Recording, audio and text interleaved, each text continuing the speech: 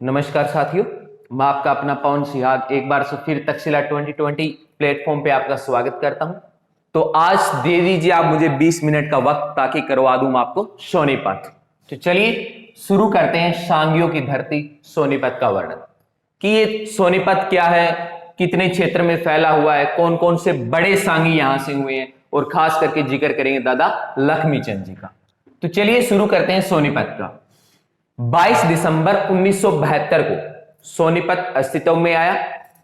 इसके क्षेत्रफल की अगर बात करूं तो 2122 वर्ग किलोमीटर, यानी 21-22 से याद रख सकते हैं। 2122 वर्ग किलोमीटर क्या रहने वाला है, इसका क्षेत्रफल रहने वाला है। और जनसंख्या की अगर बात करूं तो 14,80,080 यहां की जनसंख्या देखने को मिलेगी, जिसमें पुरुषों का जो आंकड़ा है वो 7,98,948 रहेगा, जबकि महिलाओं का आंकड़ा कितना रहेगा, यहां पे 6,81,132 महिलाओं का आंकड़ा रहेगा। यदि मैं जनसंख्या घनत्व की बात करूं, यानी प्रति वर्ग किलोमीटर में कितने लोग यहां निवास करते हैं, तो 697 यहां का जनसंख्या घनत्व रहेगा। और यदि सबसे कम पूछा जाए तो जिक्र किसका आएगा, सिरसा का आएगा। और सबसे ज्यादा किसका है, फरीदाबाद का रहेगा। ओके, सिरसा का 303 रहने वाला है। ओके, यदि यहां के लिंगानुपात की बात करें, यानी कि यहां 1000 लड़कों में कितनी लड़कियां हैं, तो उसका आंकड़ा कितना रहने वाला है, 853 रहने वाला है। ओके, यदि सोनीपत की साक्षरता दर की बात करूं कि यहां की साक्षरता कितनी है, तो साक्षरता यहां की कितनी रहने वाली है, 80.8 रहने वाली है, जिसमें कि पुरुषों की साक्षरता दर 89.4 रहेगी, जबकि महिलाओं की 70.9% रहने वाली। सबसे कम साक्षरता की बात की जाए तो जिक्र आएगा मेवात या नू का। यदि यहां पे जनसंख्या वृद्धि दर देखी जाए कि यहां पे जनसंख्या में बढ़ोतरी कितनी हो रही है, तो कितनी देखने को मिलेगी, 15.71% यहां पे जनसंख्या वृद्धि दर देखने को मिलेगी। यदि सोनीपत की नगरीय जनसंख्या की बात करें, मतलब नगरों में कितनी जनसंख्या निवास कर रही है, तो वो आंकड़ा कितना रहने वाला है, 25.17% रहने वाला है। देखिए, किसी भी जिले की डेवलपमेंट को दर्शाने के लिए वहां की नगरीय जनसंख्या एक अहम आंकड़े के रूप में सामने आती है। यदि यहां पे टोटल सड़कों की लंबाई की बात की जाए तो 1075 किलोमीटर यहां पे सड़कों की लंबाई देखने को मिलेगी। और यदि नदी की बात की जाए तो यमुना नदी जिले के पूर्वी भाग को छूती हुई बहती है। यदि सोनीपत में मुख्य तहसीलों पर नजर डालें कि कौन कौन सी तहसील यहां पे है, तो सोनीपत, गन्नौर, गोहाना और खरखोदा मुख्य रूप से 4 क्या रहने वाली है, यहां की मुख्य तहसील है। और सोनीपत खुद तहसील भी है और यहां का मुख्यालय भी है।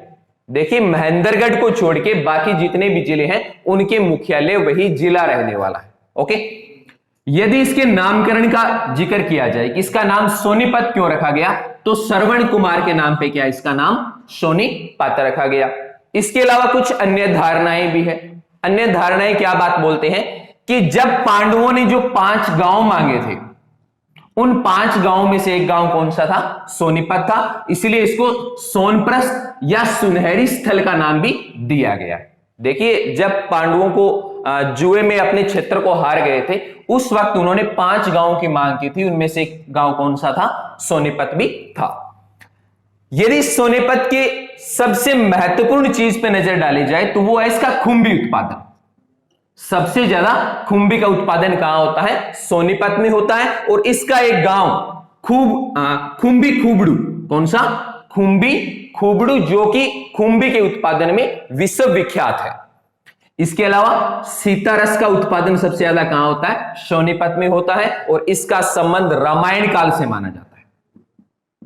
कहां से है, रामायण काल से माना जाता है और इसको जोड़ा जाता है माता सीता के साथ। ओके, 2 फरवरी 1709 को सेरी खांडा गांव में बंदा बहादुर ने किसी वक्त पे यहां पे कैंप लगाने का काम किया था। देखिए, एचएससी हर बार कुछ ना कुछ अलग तरह की चीजें पूछने की कोशिश कर रही है, हर साल नया एक्सपेरिमेंट कर रही है, तो उसी एवज में कुछ ऐसे आंकड़ों को भी आपको याद रखना पड़ेगा। 1951 में पहली बार यहां पे क्या है, एटलस साइकिल उद्योग लगाया गया था, जिसके लिए पूरे भारत भर में सोनीपत विख्यात माना जाता है। इसके अलावा मिल्टन साइकिल उद्योग भी कहां देखने को मिलेगा आपको, सोनीपत की भूमि पे देखने को मिलेगा। इसकी जो तहसील गन्नौर है, इसमें क्या है, एक अंतरराष्ट्रीय फल सब्जी मंडी का भी आरंभ किया गया है। ओके, इसके अलावा मेगा फूड पार्क की बात करें तो ये कहां है, बराही के अंदर लगाया गया है, और सेम इसी तरह का एक सिरसा के अंदर भी मांगियाना परियोजना का आरंभ किया गया है।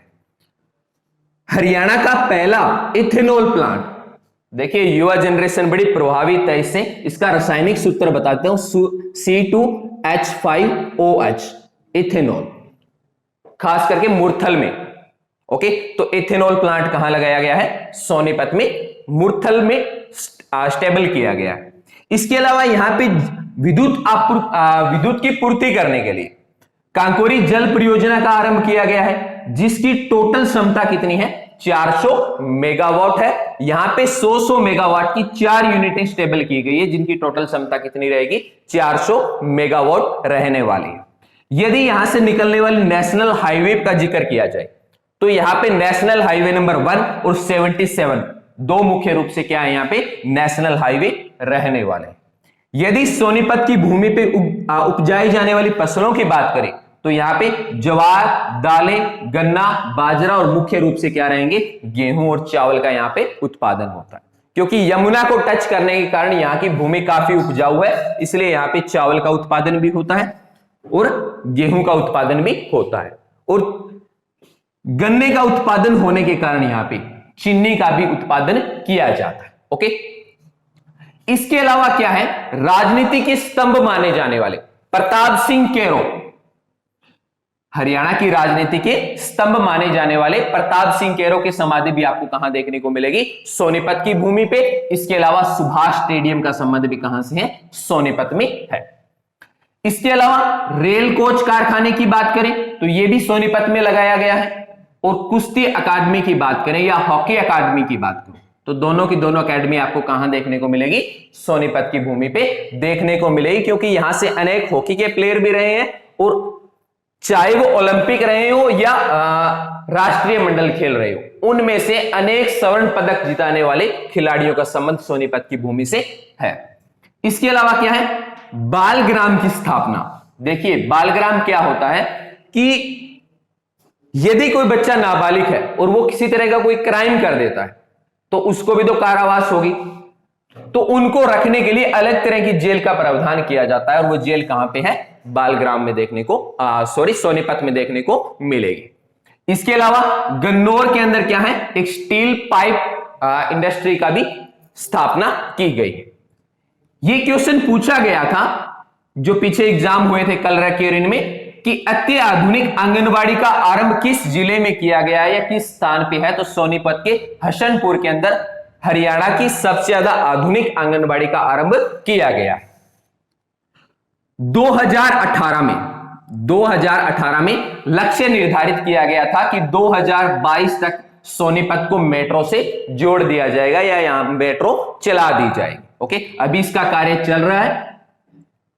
यहां दो जुड़ी हुई बहनों का नाम मिलता है, तानसी और नूसी, जो क्या है, जुड़वा है, और माउंट एवरेस्ट पे चढ़ने का खिताब भी क्या है, इनके नाम है।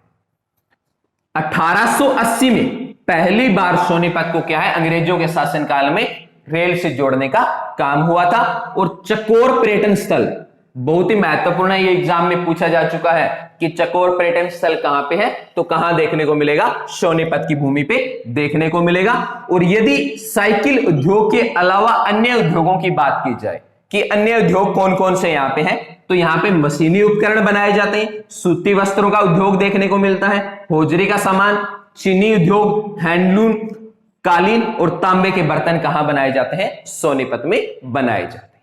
ओके, अब बात कर लेता हूं मैं सोनीपत में पाई जाने वाली कुछ एक मस्जिदें, जिसमें सबसे पहले नाम आता है खिर्ज का मकबरा, जो क्या है, शेर शाह के समय के अंदर या शेर शाह के वंशजों द्वारा इसको बनवाया गया था। ओके, देखिए हरियाणा क्षेत्र में लगभग हर जिले के अंदर आपको कोई ना कोई मस्जिद पढ़ने को मिल जाएगी, कारण क्या है कि यह क्षेत्र दिल्ली को टच करता क्षेत्र है हरियाणा का, और दिल्ली के अंदर एक लंबे समय तक, कब से कब तक, 1206 से, देखिए 1192 में मुसलमानों का आगाज हो जाता है दिल्ली के अंदर, पर वास्तव में जो स्थापना होती है वो 1206 से होती है, और 1707 तक, जब तक औरंगजेब की मृत्यु नहीं होती, एक लंबा समय चलता है, और इस दौरान उन्होंने अनेक मंदिरों को भी तोड़ा और अनेक मस्जिदों का निर्माण भी किया।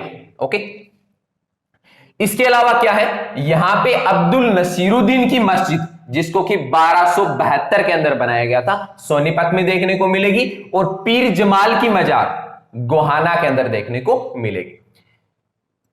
एक बड़ा ही महत्वपूर्ण क्वेश्चन, मामा भांजा की दरगाह, जिसमें इमाम नसीरुद्दीन का नाम देखने को मिलता है, जो कि मामा है, तो इनकी दरगाह कहां देखने को मिलेगी, तो सोनीपत की भूमि पे रहेगी। इसको हिंदू मुस्लिम एकता का प्रतीक माना जाता है, क्योंकि जितने यहां मुसलमान जाते हैं उतने यहां हिंदू भी अपनी मुरादें मांगने के लिए जाते हैं।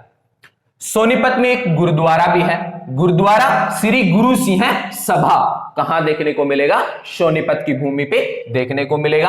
अनेक तरह के मेलों का भी यहां पे आयोजन किया जाता है, और जो सतकुंभा का मेला है, ये इनका प्रमुख तीर्थ स्थल भी है, और यहां पे मेले का आयोजन भी होता है। कहां पे, खेड़ी गुज्जर गांव के अंदर सतकुंभा का मेला लगता है। इसके अलावा डेरा नगन बालकनाथ का मेला, सुमित्रा देवी का मेला, रक्षाबंधन का मेला, बाबा रामकशा का मेला, यमुना स्नान का मेला, और साईं मस्तनाथ का मेला मुख्य रूप से सोनीपत में लगता है। देखिए, हरियाणा की भूमि देवताओं की भूमि रही है।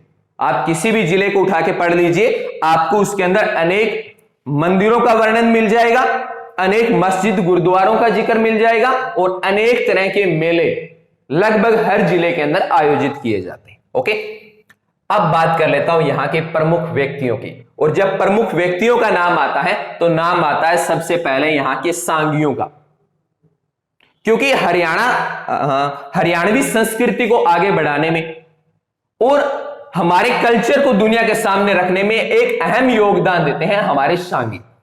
इसलिए पूरा का पूरा 50 मिनट का लेक्चर आपको अलग से मिलेगा, क्योंकि अभी 2020 की सीरीज चल रही है, जिस दौरान 20 मिनट में एक जिला कराने का मैंने आपसे वादा किया है। ओके, तो सबसे पहले जो नाम आता है, दीपचंद बैमन का नाम आता है, जो कि एक महान सांगी रहे हैं, और शेरी खादा गांव के अंदर इनका जन्म हुआ था। अगले जो सांगी आते हैं, दादा लक्ष्मीचंद या पंडित लक्ष्मीचंद, जिनका जन्म कहां हुआ था, जाटीकला गांव में 1903 को हुआ था, और 1948 को इनकी क्या हुई थी, मृत्यु हुई थी। इनके उपनाम की बात की जाए तो इनको सूर्य कवि कहा जाता है, और हरियाणा का तानसेन कहा जाता है। पीछे जो एग्जाम हुए थे, इनमें इनके गुरु का नाम भी पूछा गया था कि पंडित लक्ष्मीचंद के गुरु का नाम क्या था, तो इनके दो गुरु देखने को मिलते हैं। एक मानसिंह जी देखने को मिलते हैं, जो इनके प्रारंभिक गुरु होंगे, और दूसरे होंगे टीकाराम जी, जिनसे इन्होंने शास्त्र की शिक्षा ली, वेदों का ज्ञान इन्होंने जाना। तो इनके दो गुरु देखने को मिलेंगे, मानसिंह और टीकाराम। और इनके जो शिष्य रहे हैं वो भी बड़े सांगी रहे हैं, चाहे जाट मेहर सिंह की बात हो, चाहे मांगेराम जी की बात हो। ठीक है ना। एक जब लक्ष्मीचंद जी का नाम आए और रागनी न गुनगुनाने लगे, तब तक कोई आनंद नहीं है लक्ष्मीचंद जी को पढ़ने का। सुना होगा आपने, नाक सुवासा मुंह बटुआसा, होठ पान तै लाल परी, लक्ष्मीचंद न्यू सोचेगा करके तेरा ध्यान परी, मेरा गाम सिरसा जाटी में, मैं चेला मान सिंह बामण का, और एक निशाना चुकन दियो ना छलिया बालकपन का। ठीक है ना। तो इनकी रागनी से पता चलता है इनका जन्म कहां हुआ, जाटीकला में, और इनके गुरु कौन है, गुरु मान सिंह इनके मुख्य गुरु माने जाते हैं। अगले कौन है, मूलचंद जैन जी हैं, जिनका जन्म 20 अगस्त 1915 को हुआ, और इनकी मृत्यु की बात करें तो 12 सितंबर 1997 को इनको मृत्यु हुई, और इनको हरियाणा का गांधी कहा जाता है। देखिए, ये क्वेश्चन भी आ चुका है कि हरियाणा का गांधी किसे कहा जाता है, तो आपका आंसर क्या रहना चाहिए, मूलचंद जैन जी इसका आंसर रहना चाहिए। इसके अन्य प्रसिद्ध व्यक्तियों की बात करें तो बाजे भगत का नाम आता है, जिसका संबंध शिशाना से देखने को मिलेगा।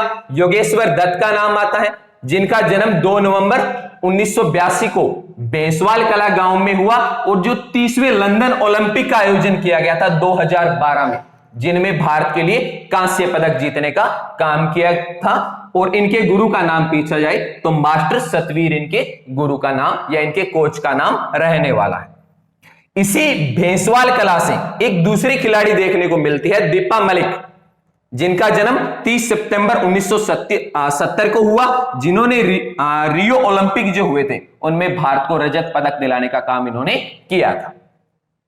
इसके अलावा चौधरी लहरी सिंह, जो कि एक स्वतंत्रता सेनानी है, ओके, और एक अन्य न्यूज एंकर का नाम देखने को मिलता है जो कि जी न्यूज में काम करती है, मीमांसा मलिक। ये जी न्यूज के एंकर है, तो इनका संबंध भी कहां से देखने को मिलेगा? सोनीपत की भूमि से रहेगा।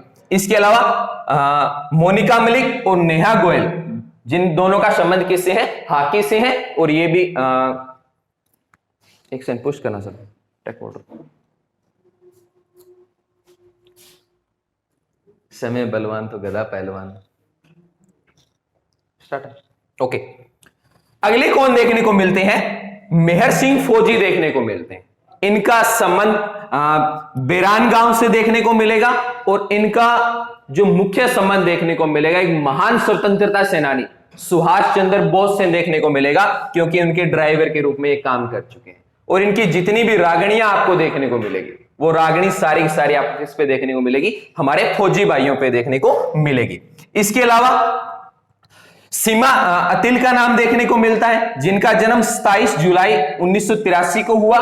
ओके, इन्होंने भी क्या है, जो जूनियर एथलेटिक्स हुई थी उनमें भारत को स्वर्ण पदक दिलाने का काम किया था। ओके, इसके अलावा अमित कुमार दहिया, जिनका जन्म 15 दिसंबर 1993 को हुआ। 57 केजी का जो वेट होता है उसमें कुश्ती में इन्होंने पार्टिसिपेट किया था। देखिए, आज जितने भी चाहे मैं ओलंपिक की बात करूं, चाहे मैं दूसरे एशियन गेम की बात करूं, तो भारत के लगभग जो मेडल आ रहे हैं वो मेडल कहां से आ रहे हैं? हरियाणा की भूमि से आ रहे हैं। और आज अगर सैनिकों की बात करें तो एक बहुत बड़ा आंकड़ा, बहुत बड़ी संख्या में सैनिक भी कहां से जाते हैं? हरियाणा से जाते हैं। इसलिए वीरों की धरती और खिलाड़ियों की धरती हरियाणा को माना जाता है। ओके, इसके अलावा सतेंद्र डागर का संबंध भी कहां से है? सोनीपत से है, जिन्होंने कि WWE जो रेसलर होता है उसके रूप में काम कर रहे हैं। हिमांशु मलिक और टीपी अग्रवाल, जो कि अभिनेता के रूप में काम कर रहे हैं, फिल्मों में काम कर रहे हैं, तो इनका संबंध भी कहां से है? सोनीपत से है। मास्टर सतवीर, जिन्हें कि आधुनिक हरियाणा का लक्ष्मी चंद बोला जाता है। मास्टर सतवीर क्या है? एक प्रसिद्ध सांगी है हरियाणा के तत्कालीन समय में। और मौसम खत्री का संबंध भी कहां से है? सोनीपत से है। इन्होंने कुश्ती के अंदर गोल्ड और कांस्य दोनों पदक जीतने का काम किया था, जो हमारे राष्ट्रीय मंडल खेल हुए थे। अब जिक्र कर लेते हैं कि सोनीपत को एक अन्य नाम से जानते हैं। यह तो हो गया कि सांगियों की धरती क्यों बोला जाता है। इसके अलावा सोनीपत को एजुकेशन का हब या एजुकेशन सिटी का भी नाम दिया जाता है। कारण क्या है कि यहां पे अनेक विश्वविद्यालय है। इन्हीं विश्वविद्यालय और शिक्षा के क्षेत्र में अहम योगदान देने के कारण सोनीपत को क्या मानते हैं? हम एजुकेशन का हब मानते हैं। तो यहां पे दीनबंधु छोटूराम विज्ञान और प्रौद्योगिक विश्वविद्यालय है। इसके अलावा विज्ञान एवं प्रौद्योगिक विश्वविद्यालय मुरथल में भी स्टेबल किया गया है, जिसमें कि मैकेनिकल इंजीनियरिंग का खास रूप से जो डिग्री प्रदान की जाती है। इसके अलावा सोनीपत और कुंडली में लॉ कॉलेज बनाया गया है। इसके अलावा भगत फूल सिंह महिला विश्वविद्यालय 2006 में खानपुर कला में बनाया गया था। ये स्पेशली महिलाओं के लिए है। इसके अलावा ओपी जिंदल ग्लोबल विश्वविद्यालय, जिसको कि 2003 में बनाया गया था, और अशोक विश्वविद्यालय, जिसको कि 2010 में इसका उद्घाटन किया गया था। इसके अलावा मोतीलाल नेहरू स्कूल, जो कि राई में है, एक स्पोर्ट्स स्कूल है, जिसको कि 1973 में आरंभ किया गया था। और अभी हाल फिलहाल में हरियाणा के एक अनपढ़ व्यक्ति के ऊपर जिन्होंने कि अनपढ़ होते हुए इतना ज्ञान देने का काम किया, उन्हीं के नाम पे एक विश्वविद्यालय बनाया जा रहा है, पंडित लक्ष्मीचंद विश्वविद्यालय। कौन से गांव में? अटेरना में। ओके, और इन्हीं के ऊपर आज पीएचडी भी होती है। ठीक है ना। देखिए, जरूरी नहीं रखता कि आपके कागजों में नंबर कितने हैं, मायने रखता है आपका ज्ञान किस स्तर का है। ठीक है ना। इस व्यक्ति का ज्ञान ही ये कारण है कि आज अनपढ़ होते हुए भी पढ़े लिखे लोग इसके ऊपर पीएचडी करने का काम कर रहे हैं। और देश का पहला पर्यटन विश्वविद्यालय भी कहां पे है? राय में है। सोनीपत में बाहरी जो वाहन होते हैं, बड़े जो व्हीकल होते हैं, उनको चलाने का प्रशिक्षण देने का संस्थान भी कहां पे खोला गया है? सोनीपत में है। इसके अलावा national institute of technology and entrepreneurship and management, इसकी स्थापना भी कहां की गई है? सोनीपत में की गई है। और राजीव गांधी कुंडली एजुकेशन सिटी 2005 के अंदर आरंभ की गई थी। ओके, तो इन इतनी सारी विश्वविद्यालय और यूनिवर्सिटियों के होने के कारण सोनीपत को क्या है? एजुकेशन सिटी के नाम से जाना जाता है। ओके, अब बात कर लेते हैं इसके एक प्रसिद्ध तहसील की, गोहाना की, जहां की जलेबियां बड़ी पॉपुलर है।